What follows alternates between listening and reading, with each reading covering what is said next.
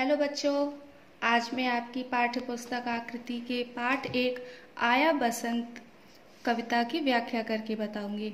तो आपको इस कविता को मेरे साथ पढ़ना है और इसकी व्याख्या को अच्छे से समझना है। तो बच्चों, हमारे इस कविता में कवि ने बसंत ऋतु का वर्णन किया है। आपको पता है बसंत ऋतु कब आती है?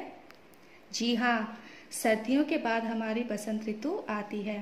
तो चलिए शुरू करते हैं। दिन को सूरज लगा चमकने, हवा लगी अब सरसर बहने, पत्ते पीले पड़े पेड़ के, झड़ते हवा संग हैं उड़ते। तो बच्चों, आपने देखा होगा कि सर्दियों में सूरज बहुत कम दिखाई देता है, लेकिन जब सर्दियां खत्म होने के बाद बसंत ऋतु शुरू होती है तो सूरज चमकने लगता है और हवा भी सरसर बहने लगती है। और सर्दियों में जो पेड़ों के पत्ते पीले पड़ जाते हैं, वो पत्ते हवाओं के चलने से पत्ते पेड़ों से गिर जाते हैं और हवा के साथ साथ उड़ते हैं। ऋतु बसंत का स्वागत करने, नई कोपलें सजी पेड़ पर। तो बसंत ऋतु आती है तो पेड़ों पर आपने देखा होगा पीले पत्ते झड़ जाते हैं, तो छोटे छोटे नई नई कोपलें निकलती हैं, छोटे छोटे पत्ते निकलते हैं। तो ऐसा लगता है जैसे वो बसंत ऋतु का स्वागत कर रहे हो। सेमल खिलता लाल फूल से, टेसू फूला डाल डाल पर। तो बसंत ऋतु में सेमल और टेसू ये फूल रंग बिरंगे हमें देखने को मिलते हैं। नई बौर छा गई आम पर, महुआ बहता सुबह टपक कर। आपने आम का पेड़ देखा है? तो देखा होगा आपने बसंत ऋतु पर उस पर बौर आती है, एक छोटा सा फूल जैसा एक बहुत बड़ा गुच्छा सा हो जाता है, बौर आती है। जब बौर आती है तो उससे फिर छोटे छोटे आम निकलते हैं। महुआ बहता सुबह टपक कर। जब बसंत ऋतु आती है तो उसमें हल्की हल्की गर्मियां सी आ जाती हैं। तो जब गर्मी पड़ती है तो जो शहद के छत्ते होते हैं उसमें गर्मी से शहद पिघलकर टपकता रहता है। कोयल पंचम सुर में गाती, मीठा मंगल गान सुनाती। और बसंत ऋतु में जब चारों ओर को हरियाली हरियाली हो जाती तो उसको देख के कोयल का मन बहुत खुश होता है और हमें भी तो अच्छा लगता है, चारों तरफ हरियाली होती है। सर्दियों में हम देखते हैं चारों तरफ पीले पत्ते पड़ जाते हैं, झड़ जाते हैं, लेकिन जब बसंत ऋतु आती है तो पेड़ों पर हरी हरी पत्तियां होती हैं, फूल होते हैं, तो हमें भी तो बहुत अच्छी लगती है ना चारों तरफ हरियाली। वैसे ही कोयल को भी वो हरियाली बहुत अच्छी लगती है और वो बहुत अच्छे अपनी आवाज में हमें सुनाती है, अपनी आवाज सुनाती है अच्छी। कूक कूक कर डाली डाली सबके कानों में कह जाती। और वो एक डाले से उधर दूसरे पेड़ पर ऐसे इधर उधर घूमती हुई अपनी आवाज सबको सुनाती है और दिखाती है कि वो इस बसंत ऋतु से वो कितनी खुश रहती है।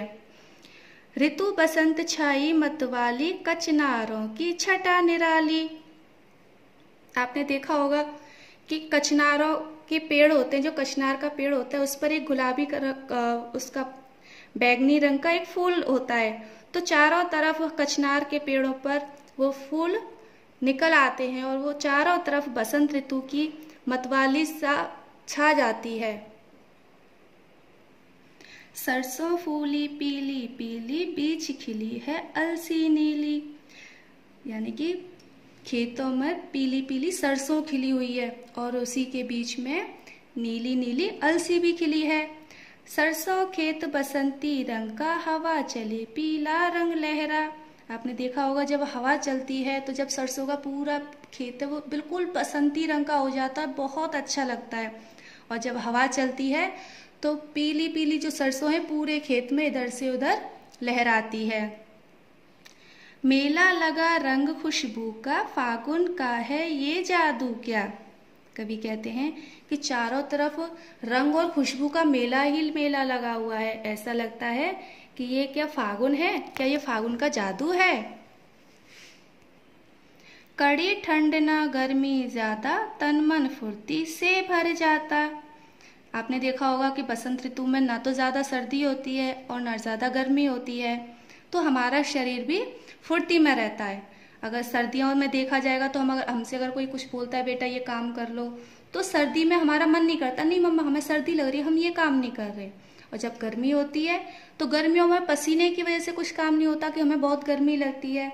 लेकिन बसंत ऋतु क्यों अच्छी होती है? क्योंकि ना तो ज्यादा गर्मी होती है और ना ही ज्यादा सर्दी होती है, और हमारा जो शरीर है पूरे दिन फुर्ती से भरा रहता है। खटमिठी बेरों की झाड़ी, लदी फलों से झुकती डाली।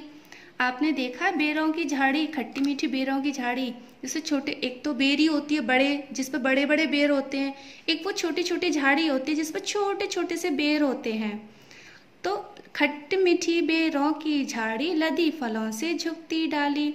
और जब बसंत ऋतु में जब फल लगते हैं तो जो फलों की जो डाली है वो इस तरीके से वो नीचे झुक जाती है।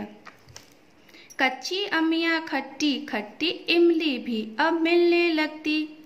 और जब आम के पेड़ पर बौर आता है और उसके बाद उसमें अमियाँ निकलती हैं तो वो बहुत खट्टी खट्टी होती हैं। और बसंत ऋतु में इमली भी मिलती है हमें खाने के लिए।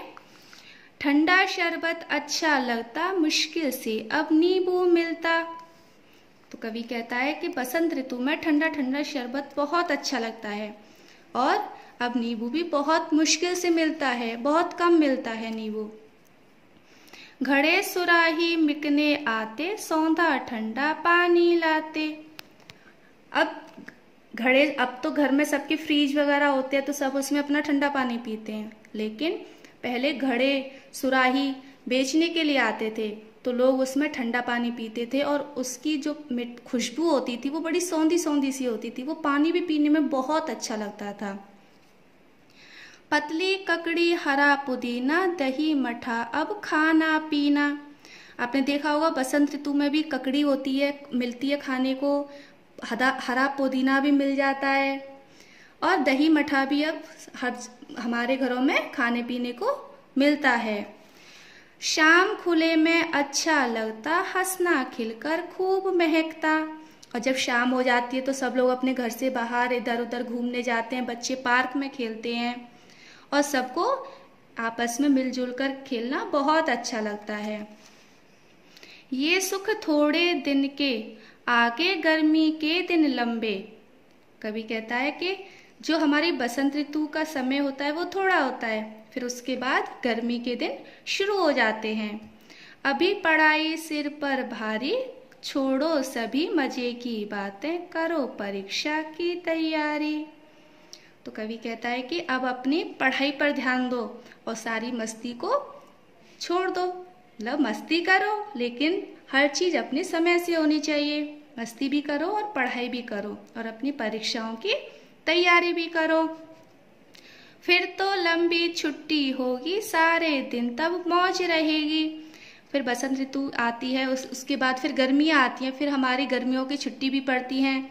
तो कवि कहता है कि पहले तो पढ़ाई कर लो, अपनी परीक्षाएं दे लो, परीक्षाओं की तैयारी कर लो अच्छे से, फिर उसके बाद तो बहुत सारी छुट्टियां होंगी हमारी गर्मी की और उन छुट्टियों में हम बहुत सारी मस्ती करेंगे। तो बच्चों देखा आपने बसंत ऋतु कितनी अच्छी लगती है हमें। तो आपको व्याख्या समझ में आई ना? तो चलिए अब आपका गृह कार्य है कि आपको अपनी इस कविता को अच्छे से याद करना है और याद करके अपनी कार्य पुस्तिका में लिखना है और साथ साथ इसके शब्दार्थ भी आपको लिखने हैं। ठीक है बच्चों, बाय।